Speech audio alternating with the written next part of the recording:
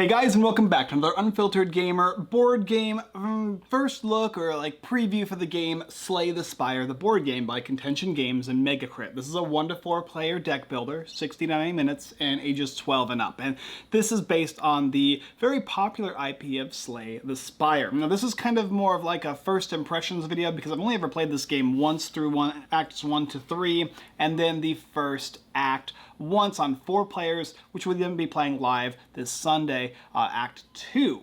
So I don't think I played enough of it to give it a full deep dive like I normally would, but I will cover a lot of the things, especially because I did take part in some of the play testing, especially in the early adoption of the game, as well as make suggestions and whatnot for the designer. And I see that a lot of the things to my excitement were added that I was hoping would be in the game Slay the Spire. We'll cover the basic setup of the game, how to play the game for the most part, not super deep divey, but you can watch my playthrough video this weekend if you'd like to see that. And then I'll talk about my review of the concepts and all the unique cards and characters and what I think about the finished final product of Slay the Spire. This one here is the fancy version. Let's go. So Slay the Spire setup is actually pretty simple, and the way it works is you take the main game board out, you take this little boot, choose the Act 1 side, place the boot on the bottom, take each player that you're playing with, give them a character, and place that character somewhere on the game board on the right-hand side. Then you'll take these tokens, whether they be the gray ones or white ones, and place them on their corresponding slots randomly face down. Take all the tokens and everything and set those aside. And then you'll be selecting a boss. You'll roll a d6, and then based on the number that you roll, you'll place that boss on the top of the act. This little board here is for HP for certain boss monsters and elites, which you'll set aside. You won't need that to start with. There's also an encounter for your first time, what they're called first encounters. You'll take these guys, and these are the guys you're going to deal out to the players for the first act, first encounter. And then there's a bunch of unique decks in the game, and depending on what act you're in is what you're going to be placing down on this mat over here. The mat has Act 1 minions and summons, elite mobs, and unique encounters you'll be dealing with, as well as a bunch of stuff that gets dumped into your deck, like curses, daze cards, and other things that you do not want to have inside your deck when you're playing the game. And finally, there's the Meow's Blessing card. This is a card you just get at the beginning of the game. You choose one of its benefits, then you take the top benefit, and then you choose one of its benefits and gain that for your deck. Speaking of your deck and your character, you're going to get your character. There's 4 unique characters. They all function a little differently. They all come with a unique set of cards that you will be drawing, and you're also going to be placing down your cubes. Red cubes for energy, block, and HP, just like in the game. 3 energy as always, 0 block to start with, and a full set of HP, as well as, of course, any bonuses from Meow's Blessing when you gain the card. Each character is also going to have unique little tokens they'll start with. Some of them will, some of them won't. And, of course, a starter end of combat ability that you're going to use every time you go into combat for the game. Not only are you going to get your deck, but you're also going to be getting a big stack of upgrade cards. This is like your basic upgrade deck, and there's a ton of these cards here. And then there's also your yellow deck. This is like your rare upgrades, which you'll be getting from here to there once in a while as you go throughout the game. Make sure that you have your merchant board set to the kind of player or round summary so that everybody can see the combat rounds and the icons they need, and of course the symbols and how they work in the game. And that's pretty much it. Now, of course, you see here our Act 1 finished game state, which I have not fully saved yet, which I'll be doing this week and bringing it back out on Sunday again. But there's a bunch of extra items that you get to keep from round to round and from act to act in this game. And of course, our decks are a little larger than they were when you first start the game off. And that's basically it. That's the setup for the game. Now, once you've set up your character board, your deck, gained all your currency and value from Meow's Blessing card that you only get once every game, and place all your cards out and everything out over here, you're ready to go. So let's talk about playing it now.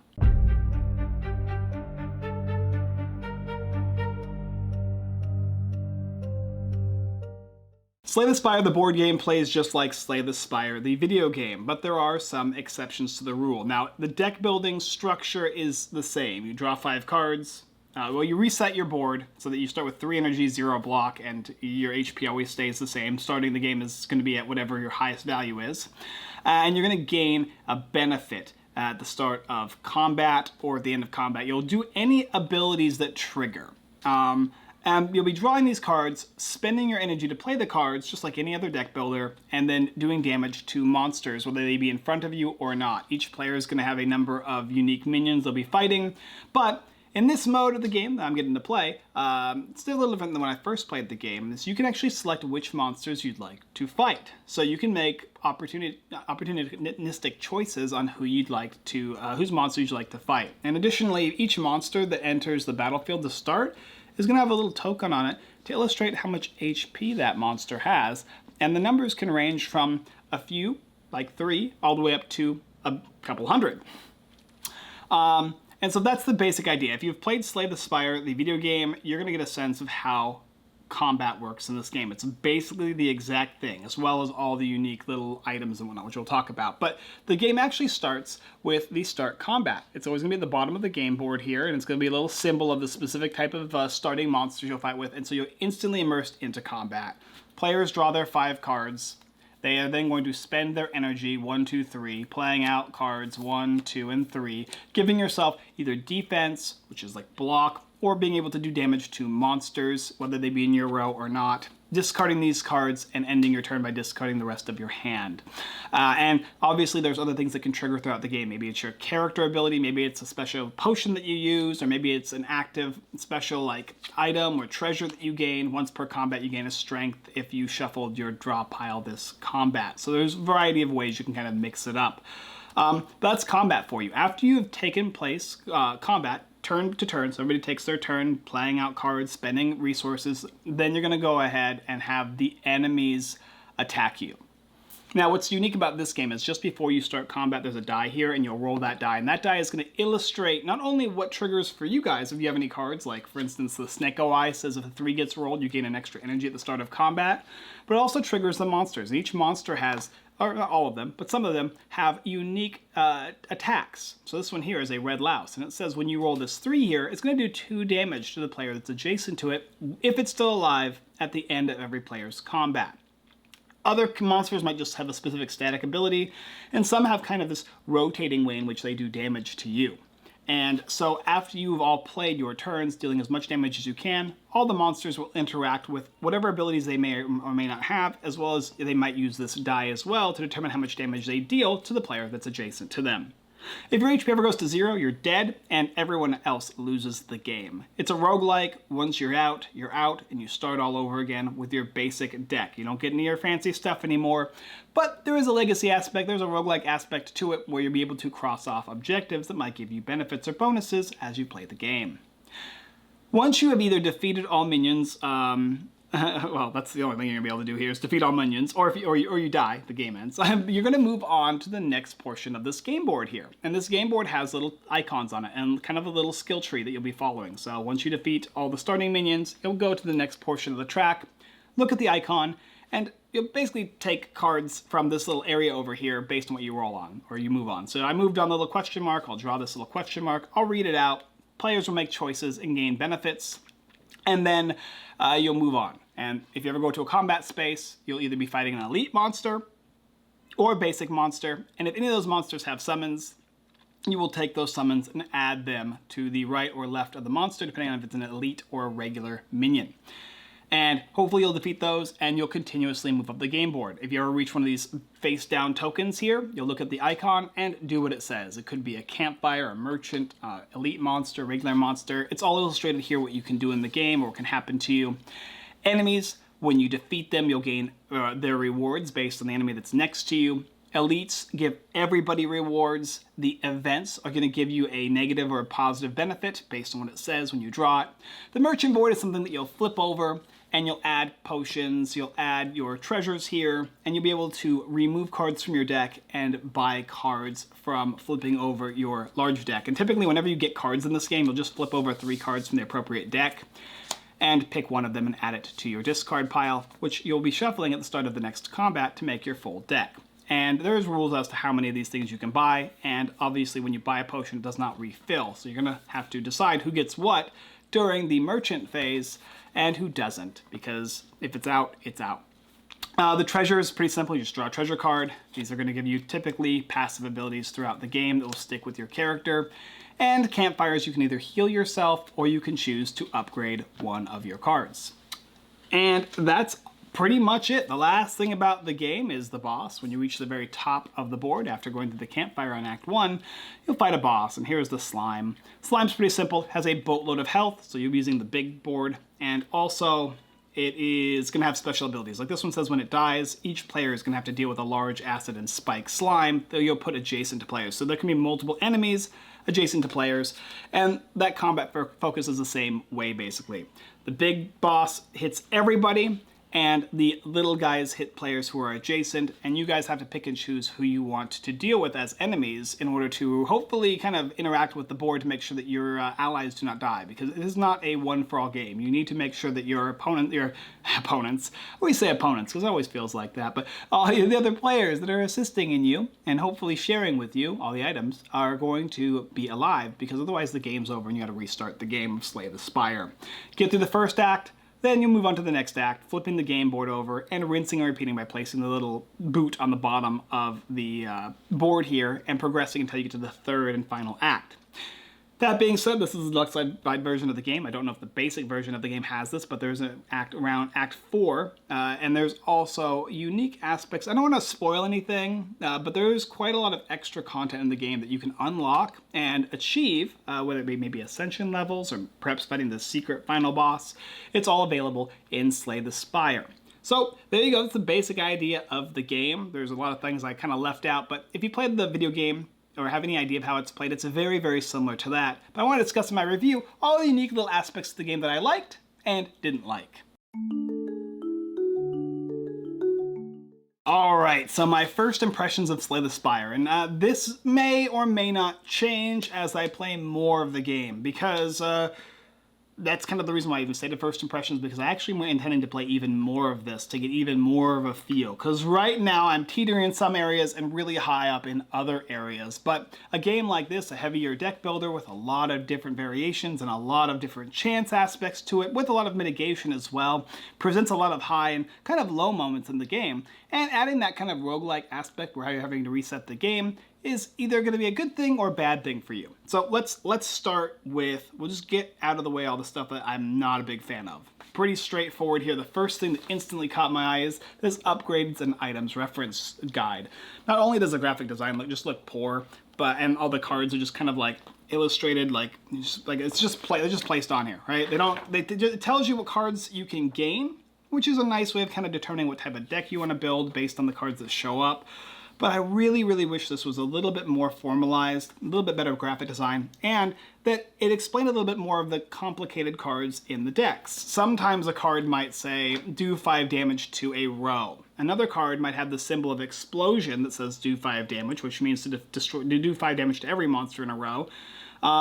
So my question would be then is it I can do 5 damage to one monster in a row? Can I do 5 damage to all monsters in that row? Or do I do 5 damage as I choose effectively to any monsters in that row? Now that would be my assumption, that's how we played, but I wish it was a little more clarified. Even some of the cards to be just slightly more clarified, or just at least have this little reference thing that I looked at. I'm like, oh, I just look in the reference, right? And I looked it up and it just tells you what the card does. And I'm just like, okay, that's not super useful. The rules itself. Now, the rules itself of the game are pretty straightforward. And if you played Slay the Spire, you're basically just going to be kind of breezing through this thing, seeing the little differences and the unlocks and the unique aspects of Act 4, quick start rules, that kind of thing, and it'll be a breeze. This will be a great rulebook for that. If it's your first time playing the game, I think it does a pretty good job as well. The graphic design's not too bad, a lot of text, but it illustrates a lot of the information that you need. I obviously really wish this game had some original artwork that wasn't just from the game. I thought that would have been really cool. I'm sure that's probably nothing that is the designer and or the publisher's fault. But it would have been nice to see maybe some unique bonus types of cards, maybe even done with Mega Crit to have kind of a unique aspect from this game to the video game. This game does have a lot of unique aspects that are different than the video game, especially because you can play with more than one player. But I really wish I just had some unique flair to it that kind of set it aside, at least in an artistic way, from the video game. The next thing, and this is kind of it's an egregious thing, but it's a way I don't know how you would fix it, right? you're placing HP markers on these little minions here, right? And when you do damage to them, you just move them down. You take 3 damage from a monster that has 8 health, well, that monster's going to go down 5, right? And so you move the little cube, no big deal, right? It is a big deal when you roll a die and you lose the cube off the spot and now you don't remember where it's placed. Or maybe somebody slid it just a little too far and now it's between the 4 and the 3 and you go back a round or two and you're like, wait, is this the 3 or the 2 or the 4? I don't remember. And it kind of looks like it could be any of them. And then the other guys go, oh, I think I put it on the 4. Oh, I did. And you have to go back and check and all that kind of thing. And how do you solve this? I don't know. The only way I would suggest it is probably placing inlays, cards that have an inlay, right? So you'd slide it into this like double layered board or slide it in and then it has little spots that kind of, I don't know. It's difficult and would take even more production value for the game, but it is a thing that was kind of driving me nuts, although I don't know the best solution for it monetarily for the publisher or in a cheaper way for the gamer. So I guess you could write it down if you're really that nervous about it. I think those are pretty much all the main aspects I have covered that I think would probably be on the negative list for me. The things I can't really talk about too well is how synergistic it gets from the beginning to the very end of the game because you really have to play multiple playthroughs. I feel like this is one of those games, I'm just going to take a guess based on what I've played, that sometimes your deck's going to be really well constituted and very strong based on the cards you've gained, and other times it's going to piddle out and do not so well. And based on my playthroughs when I played the 2-player version of the game, one deck was blazing through and the other deck wasn't doing much of anything. In our 4-player game mode, it was pretty obvious that 2 players were doing pretty well and 2 other players were kind of struggling.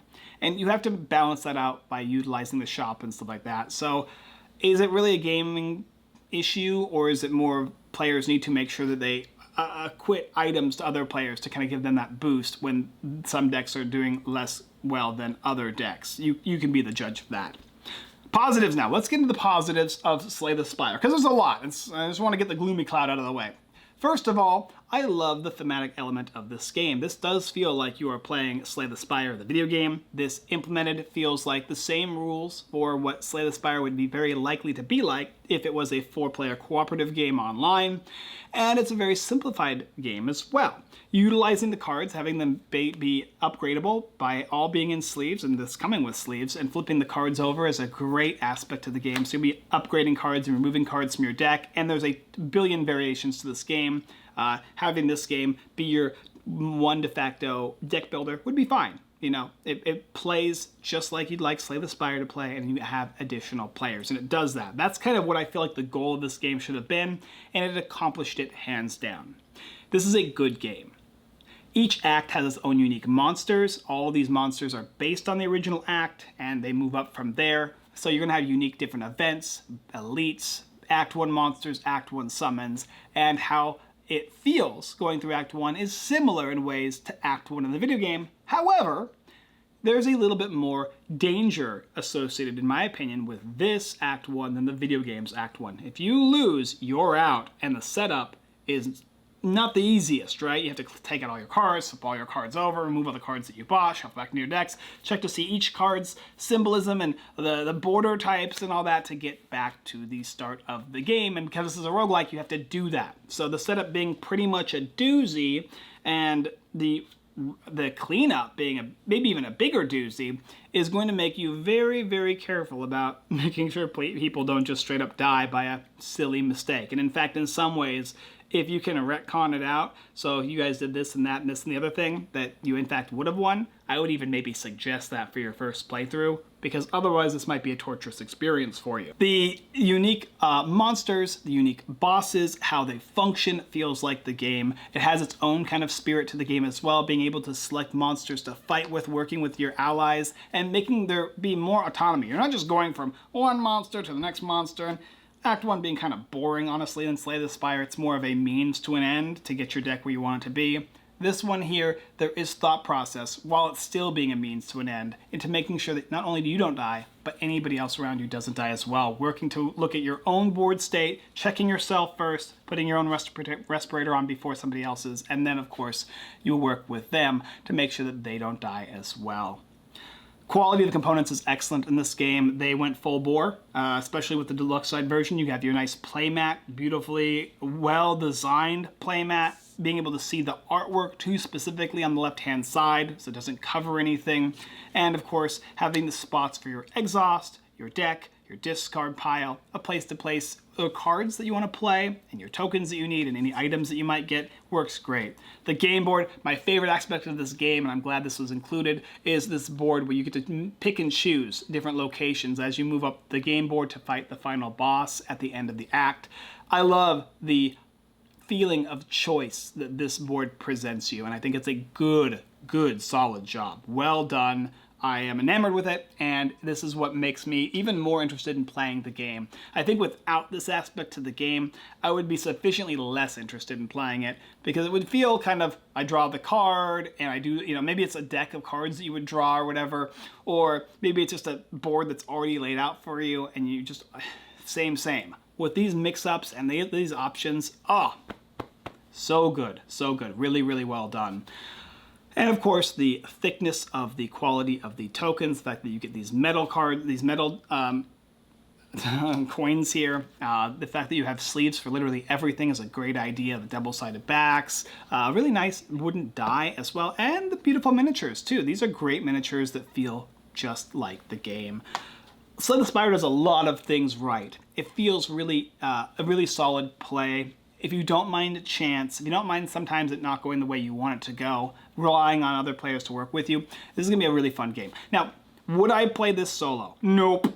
No, I personally wouldn't. I'm not a big solo gamer as it is, so take my opinion with a grain of salt, but why wouldn't I just play the video game, right? So what made this so much more interesting to me is adding a third, a second, a third, and a fourth player to this mix. More players for Slay the Spire is better, and it doesn't take that much extra time adding those extra players in to make it a worthwhile experience. This will get my seal of approval. It is really well done, but also do note that I had some investment in it early on about playtesting and making some suggestions here and there. It's not a huge deal, but I just wanted to kind of give a full, I think I'm like listed as like a playtester somewhere in the rules, so just FYI. But yeah, this is a really solid experience, and it's a game I'll be keeping. Thank you guys for watching another Unfiltered Gamer board game review for the game Slay the Spire, the board game. If you're interested in picking this up, I'll send you a link to Contention Games, where you can go ahead and check out their this title here, as well as their previous one as well. My wife actually did the rules for that one, which was pretty cool. And fun. That one's like a 4X game utilizing cards. It's a very unique. It's called Contention. Very. Wait, I think it's called Contention. I'll post a little picture up here. My brain's a little wired right now. Sorry. I also want to do a video, hopefully at some point, where I can explain kind of the end game result for this, where I'm doing the ascension levels and the last bits of like spoiler stuff in this to see how it feels and how much fun it is or how impossible it might be, to give you guys a feel for that. This is mainly just a review over the first bits of the game with a singular, or with a 4-player and then a full round with 2 players. So there you go. Take it how you will. There's a link down below in the description, and of course you can subscribe to the channel if you'd like. The subscribe button, bell notification button, so you can see more videos that we produce weekly. Gotta produce more content. It's been slow going, but baby is entering that phase of taking up a lot of my time. And so I'm sorry if I haven't been producing as much content as I usually do, but hopefully things will settle down and I'll start being able to create at least 3 videos a week, plus the live stream on Sundays at 7:30 p.m. PST. And this Sunday will be Slay the Spire Act 2 with 4 players. Thank you guys so much for watching. And as always, I look forward to slaying the Spire with you, because I'm not doing it alone, next time.